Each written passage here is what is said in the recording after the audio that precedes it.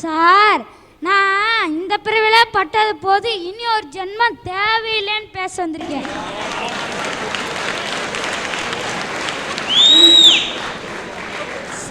என்னடா இந்த பையன் இதுக்குள்ளேயும் இவ்வளோ கஷ்டப்பட்டானா நீங்கள் கேட்கலாம். நான் எவ்வளவோ அனுபவிச்சிட்டேன் சார். எங்கள் அம்மா ஒரு அடுப்பு கடை வச்சுருக்காங்க. அதில் வருமானம் 10-20 தான். எடுப்பு கடைன்னா என்னன்னு தெரியுமா சார்? ஸ்கூலுக்கு முன்னாடியே இந்த மடக்கு கட்டலை போட்டு வைக்கிறது, இந்த முட்டாய் இதெல்லாம் வைக்கிறது தான் சார் எடுப்பு கடை. நான் பார்த்தீங்கன்னா நான் காலையில் 5 மணிக்கே எழுந்திரிச்சு வீட்டுக்கு 10 வீட்டுக்கு பேப்பர் போடுறேன். ஒரு வீட்டுக்கு மாதம் 20 ரூபா தராங்க. மொத்தம் 10 வீட்டுக்கு 200 ரூபா. ஏன் தெரியுமா நான் இப்படி கஷ்டப்படுறேன்? எங்கள் அப்பா ஒரு குடியார எங்களை விட்டு போயிட்டாரு. தினமும் குடிச்சிட்டு வந்து எங்கள் அம்மா அடிச்சுக்கிட்டே இருப்பார் சார். அப்போ எங்கள் அம்மா அடிக்கிற பார்த்து எனக்கு நைட்டு கனவுல வரும் சார். அப்பா அம்மா அடிக்காங்க அலறும் சார். அப்போ எங்கள் அம்மா எந்திரிச்சு என்ன சொல்லுவான்னு தெரியுமா சார்?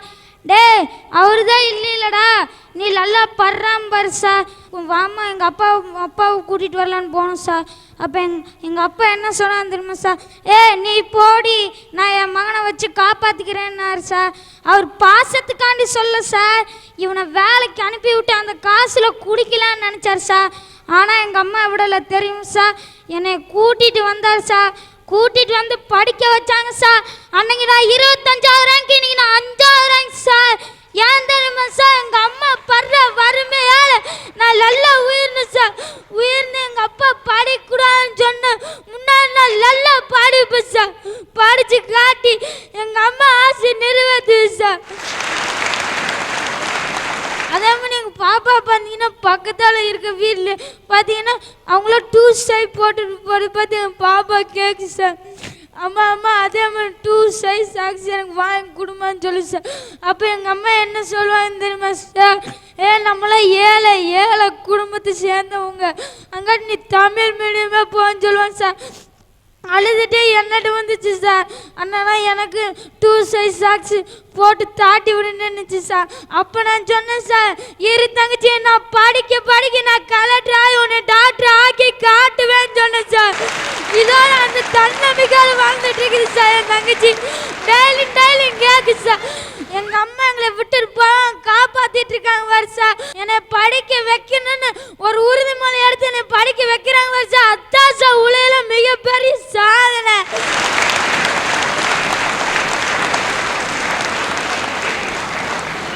நான் பார்த்தீங்கன்னா காலையில் 5 மணிக்கு எழுந்திரிச்சு பேப்பர் போடுவேன் சார். காலையில் சாப்பிட மாட்டேன். ஏன் தெரியுமா சார்? சீக்கிரம் ஸ்கூலுக்கு போகணுன்னு நான் போயிடுவேன் சார். மதியம் சத்துணவு சோறு தான் சார் சாப்பிடுவேன். நைட்டு எங்கள் அம்மா ஒரே ஒரு நேரம் தான் சார் சமைப்பாங்க. அதையும் சாப்பிட்டு தூங்கிடுவேன் சார். சார், எங்கள் அப்பா விட்டுட்டு போன மாதிரி எங்கள் அம்மா விட்டுட்டு போயிருந்தானே நாங்கள் என்னன்னா அனாதை சார். எங்கள் அப்பா விட்டுட்டு போன மாதிரி எங்கள் அம்மா விட்டுட்டு போயிருந்தானே நாங்கள் என்னன்னா அனாதை சார்.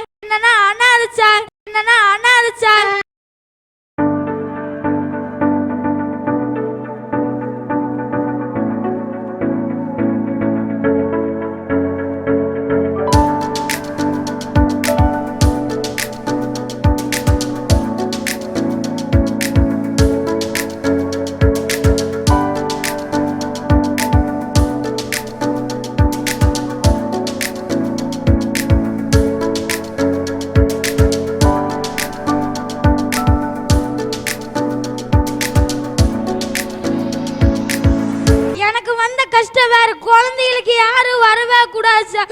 அதனால தான் சொல்கிறேன் சார், இந்த பிரிவியல் பட்டது போது இனி ஒரு ஜென்மம் தேவையில்லைன்னு சொல்கிறேன் சார்.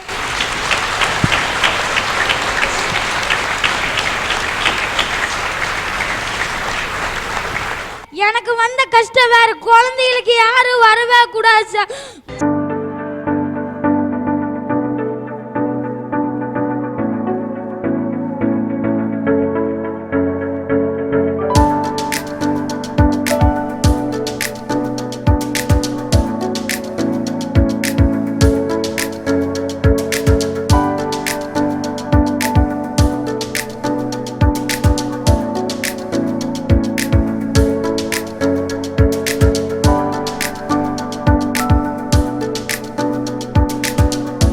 பேர் என்ன? ராம்குமார்.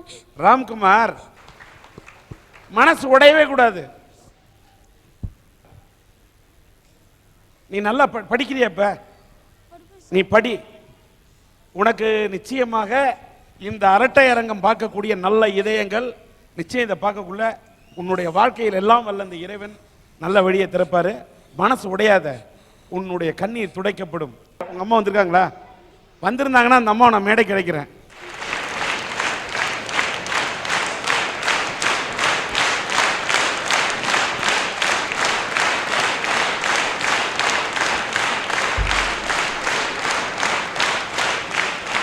பேர் என்ன? அந்த மைக் கூட உங்க அம்மா ஏதாவது சொல்றாங்க, ஏதாவது சொல்றீங்களாம்மா? சொல்லுங்க சார். இந்த அளவுக்கு நான் இங்கே பேசுகிறேன்னா அதுக்கு தன்னம்பிக்கை என் பையன் தாங்க சார். எனக்கு இவ்வளோ ஊக்கம் கொடுத்து நல்ல முறையில் இவ்வளோ தூரம் வர வச்சது என் பையன் தான். அவனோட ஊக்கம் தான் என்னை இந்த அளவுக்கு கொண்டு வந்திருக்குங்க சார். இன்னைக்கு அவன் வீட்டுக்கு பேப்பர் போட்டுக்கிட்டு இருக்கான்னா அது இந்த பொண்ணுக்காகத்தான் சார். என் பொண்ணை பரதநாட்டியம் கற்றுக் கொடுக்க வச்சுக்கிட்டு இருக்காங்க சார்.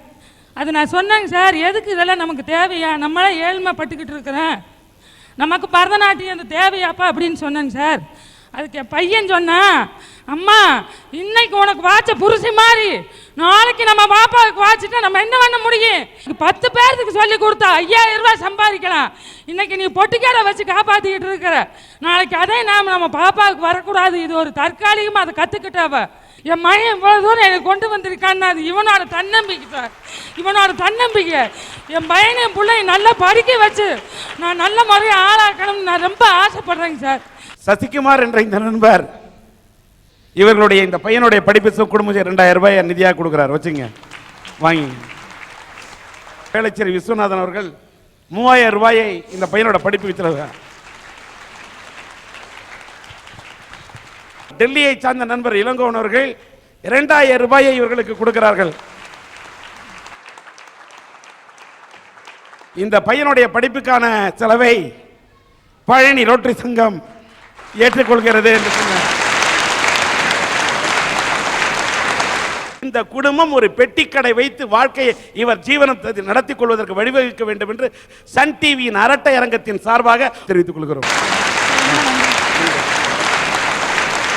ஹரி சிவஹரி என் பேர் மலை.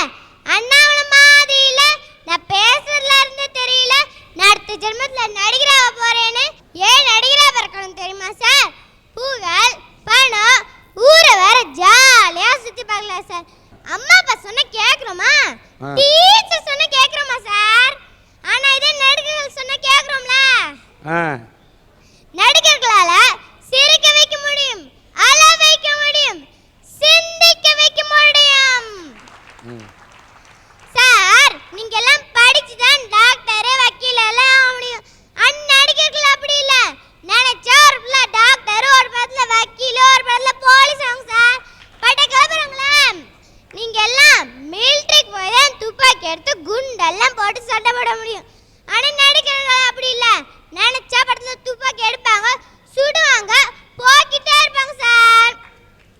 சார் எல்லாரும் பயந்து தான் லவ் பண்ணாங்க. ஆனா நடிகர்கள் தைரியமான படத்துல லவ் பண்ணுவாங்க சார். சார் 40 வயசுக்காரங்க 16 வயசு பொண்ணோட டான்ஸ் ஆட முடியுமா? ஆனா இதே நடிகர்கள் டான்ஸ் ஆடுறாங்களா? 50 வயசுக்காரங்க காலேஜுக்கு போக முடியுமா? ஆனா இதே நடிகர்கள் போறாங்களா? சார் ஒரு சின்ன கிராமத்துக்கு போங்க, ஒரு தலைவர் போட்டோ காட்டி இது யாருன்னு கேளுங்க, என்ன பதில் வரும்? தெரியாதுன்னு வரும். அதே மாதிரி ஒரு நடிகர் போட்டோ காட்டி யாருன்னு கேளுங்க, டக்குன்னு வருவாங்க சார். சார் அதுக்குன்னு நடிகர்கள் வாழ்க்கையில கஷ்டமே இல்லைன்னு யார் சொன்னது? எல்லார் வாழ்க்கையிலும் கஷ்டம் தான் இருக்கு. நடிகர்கள் கஷ்டப்படுற அளவுக்கு புகழ் பணம் இதெல்லாமே கிடைக்கிறது சார். இதெல்லாம் புகழோட அடையாளம் சார். இந்த புகழெல்லாம் ஈஸியா பெறணும்னா ஒரே வழி, தனி வழி, அது வழி, அதுதான் நடிகராகிற வழி.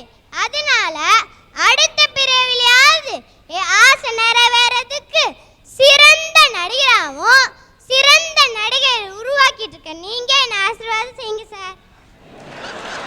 நல்லா தம்பி, நீ நாளைக்கு நடிகனா பிறந்துடுற, நீ ஹீரோ ஆயிட்டான்னு வச்சுக்க, யாரை ஹீரோவை நான் தேர்ந்தெடுப்ப?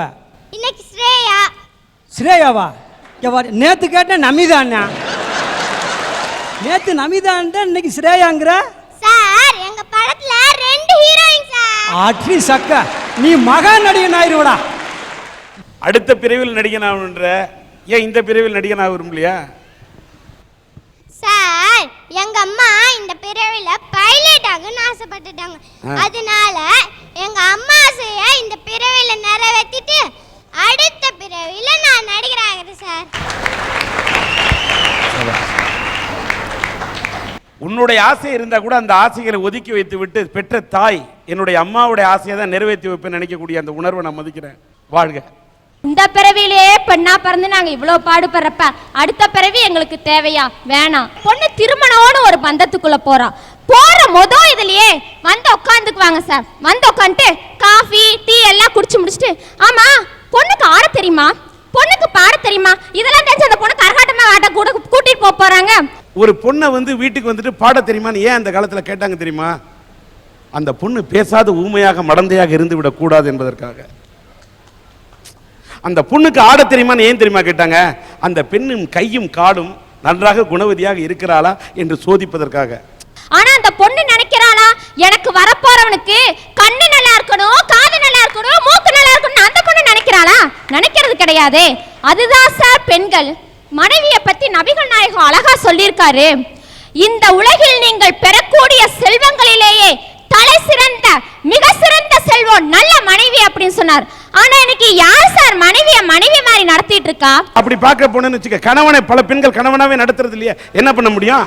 நீ என்னமோ வாழ்ந்து பார்த்த மாதிரி பேசுறியா? இன்னும் நீ வாழவே ஆரம்பிக்கல, நீ எப்படி மனைவியை நடத்துறன்னு? சார் நீங்க சொன்னது கரெக்ட் தான். அதாவது நீ வாழ்ந்து பார்த்துட்டியான்னு கேட்கலாம். நான் வாழ்ந்து பார்க்கல, ஆனா வாழ்ந்தவங்களை பார்த்துட்டேன் சார். கிராமத்துல ஒரு அதிகாரி கணக்கெடுக்க போனாராமா. அது ஒரு விவசாய குடும்பம். அங்க இருக்கிற கூப்பிட்டு, இந்தாப்பா நீ என்ன வேலை பார்க்குற, உன் வயசு என்னன்னு கேட்குறப்ப அவர் இந்த மாதிரி நான் விவசாயிங்க, என் வயசு இவ்வளோங்கன்னு எல்லாம் சொல்லி முடிச்சுட்டாரு. கடைசி அவர் கேட்டாராமா, உன் மனைவி என்ன வேலை செஞ்சிருக்காரு? அவ வீட்டுல சும்மாத்தான் கிடக்கா அப்படின்னாராமா. மாட்டுக்கு தீனி வைக்கிறது அந்த பொண்ணு, சாணி அள்ளி போடுறது அந்த பொண்ணு, வீட்டுல இருக்க வேலையெல்லாம் பார்க்கறது அந்த பொண்ணு. இதெல்லாம் ஒரு வேலையா தெரியலையா சார் அவங்களுக்கு? அதனாலதான் சார் சொல்றேன், பொண்ணா பிறந்து என் சக தோழி எல்லாம் அனுபவிக்கிற கஷ்டத்தெல்லாம் பார்த்ததுக்கு அப்புறமும் இந்த பிறவி போதாதுன்னு பத்தாது, அடுத்த பிறவி நான் கேட்பேனா? எனக்கு அடுத்த பிறவியே வேணாம் சார். சார் அந்த அம்மா பேசுனது எனக்கு என்னமோ சரியா தான் படுது. பேசாம இந்த பிறவியோட முடிச்சுக்கிறது நல்லது. அடுத்த பிறவிலையும் பிறந்துச்சுன்னு வச்சுங்க, இப்படி மூச்சு விடாம பேசிக்கிறீங்கன்னா நம்ம நிம்மதியா இருக்க முடியாது. ராம்குமார் இந்த தளிரை பார்க்கும்போது, இவன் இந்த பையன் பேசும்போது கண்ணீரை வரவழைத்தான். இவன் பேப்பர் போட்டு தன்னுடைய குடும்பத்தை, தன் தாயை, தன்னுடைய தங்கையை காப்பாற்ற வேண்டும் என்று சொன்ன போது பேப்பர் போட்டு தன்னோட குடும்பத்தை இது பண்றான். பத்திரிகையை போட்டு ஒரு வீட்டுக்கு போட்டா 10 ரூபா, 20 வீட்டில் போட்டா 200 ரூபா கிடைக்கும்னு எதிர்காலத்திலும் கனவுகளை சுமந்த வண்ணம் இவன் பேசிய போது எனக்கு அந்த அப்துல் கலாமின் ஞாபகம் தான் வந்தது. இளைஞர்களை பார்த்து கனவு காணுங்கள் என்று சொன்னாரே, அவரும் இந்த சிறுவனை போல பேப்பர் போட்டு தாயா கீழ்மட்டத்திலிருந்து வந்தாரு. அதை போன்று நான் பேப்பர் போடு என்னோட குடும்பத்தை காப்பாற்றுவேன்னு சொல்லக்கூடிய இந்த இளந்தளிரை பார்க்க போது நீ மனது உடையக்கூடாது. நீ உன் குடும்பத்தை காப்பாற்ற கனவு காண வேண்டும். நீ உன் வீட்டை காப்பாற்ற கனவு காணுவதைப் போல இந்த நாட்டை காப்பாற்ற நீ கனவு காணும் இளைஞனாக நீ வர வேண்டும். இந்த ஜென்மத்திலேயே நீ அப்படி ஒரு சிறுவனாக அந்த எம்பெருமான் முருகப்பெருமான் இருந்தால் நீ வளர வேண்டும் நான் நினைக்கிறேன். இது என்னோட ஆசை. இதுல இந்த பையன் நடிகன் ஆகணும் அப்படி ஆயிடலாம் இப்படி ஆயிடலாம்னு ஆசைப்பட்டாரு. எனக்கு நடிகனா நீ இருக்கிறத விட நல்ல மனிதனா ஆகணியா, அதான் எனக்கு வேணும். நடிகன் எல்லாம் இந்த நாட்டில் வந்து கட்சி ஆரம்பிச்சா எல்லாருமே முதல் மந்திரி ஆயின்னு இல்லை. நடிகனாயிருந்து முதல் மந்திரியாக ஆனார்னு மக்கள் திலகம் புரட்சி நடிகர் எம்ஜிஆர் இருந்தாரா, அவர் பொன்மன செம்மலா இருந்தாரியா. மாமனிதன் ஒரு மாமனிதனாக வாழ்ந்ததால் மட்டும்தான் அவர் இந்த நாட்டுக்கு முதல்வரான. நல்ல மனது வேணும். ஏழை எளிய மக்களை எண்ணி பார்க்கக்கூடிய மனது பிடித்த மாமனிதனாக இருந்தால்தான் இந்த மண்ணை ஆள முடியும். அதனால் நீ நடிகனாக அடுத்த ஜென்மத்துக்கு தான் நடிகனை திந்தித்த, ஆனால் இந்த ஜென்மத்தில் நல்ல மனிதனாக மாமனிதனாக நீ வளர வேண்டும், வாழ வேண்டும் என்று